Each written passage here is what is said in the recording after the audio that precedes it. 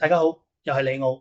每個禮拜同大家回顧一周時局啟示嘅時間，我都會整理市場大事，分享一下我自己嘅睇法。講之前要聲明一聲，以下所有內容純屬我個人意見同市場觀察，唔係任何投資建議，亦唔係叫大家買賣任何金融產品，大家要自己判斷。好，入正題，今周最搶眼嘅係美伊停火談判，呢個談判係全周最大嘅市場主線。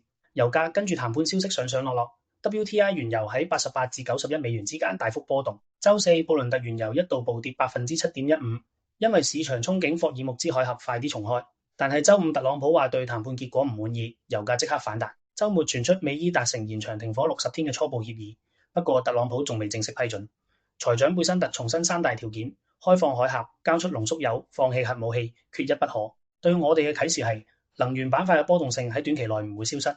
過度集中高能耗板塊嘅風險係要認真審視嘅。講完能源，講下美股。今周標普500再創歷史新高，連續第9周上漲。道瓊斯更加首次站穩51,000點以上，周漲幅達0.89%。納指更升咗2.39%，背後有兩個推動力。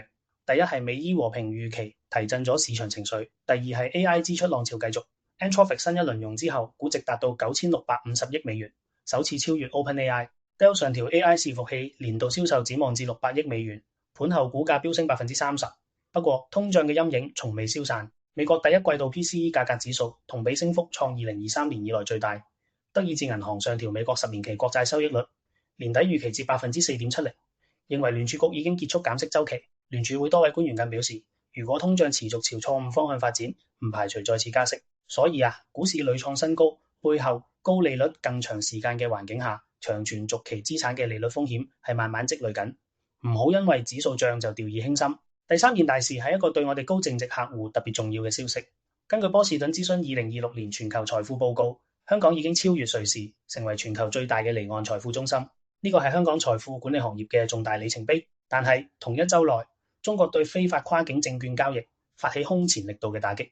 中信證券估計呢一次行動可能影響香港高達2500億港元嘅資產。中國或者會將出境管理措施擴展至阿里巴巴、DeepSeek 呢啲頂尖 AI 專家，防止人才外流。啟示係香港作為離岸財富中心嘅地位係上升緊，但中國資本管制嘅收緊令部分資產嘅流動性存在不確定性。資產配置要喺把握香港機遇同管理中國政策風險之間取得平衡。面對通脹頑固、減息遙遙無期、地緣政治風險嘅環境，作為年度最佳財務策劃師嘅我，又會點應對呢？我會選擇尊重一位投資大師嘅智慧。Ray Dalio 橋水基金創辦人。佢有一個聞名全球嘅策略，叫做全天候投資組合，英文係 All Weather Portfolio。呢個組合嘅核心理念係冇人可以準確預測市場，所以要設計一個喺4種經濟環境下都能表現穩健嘅組合。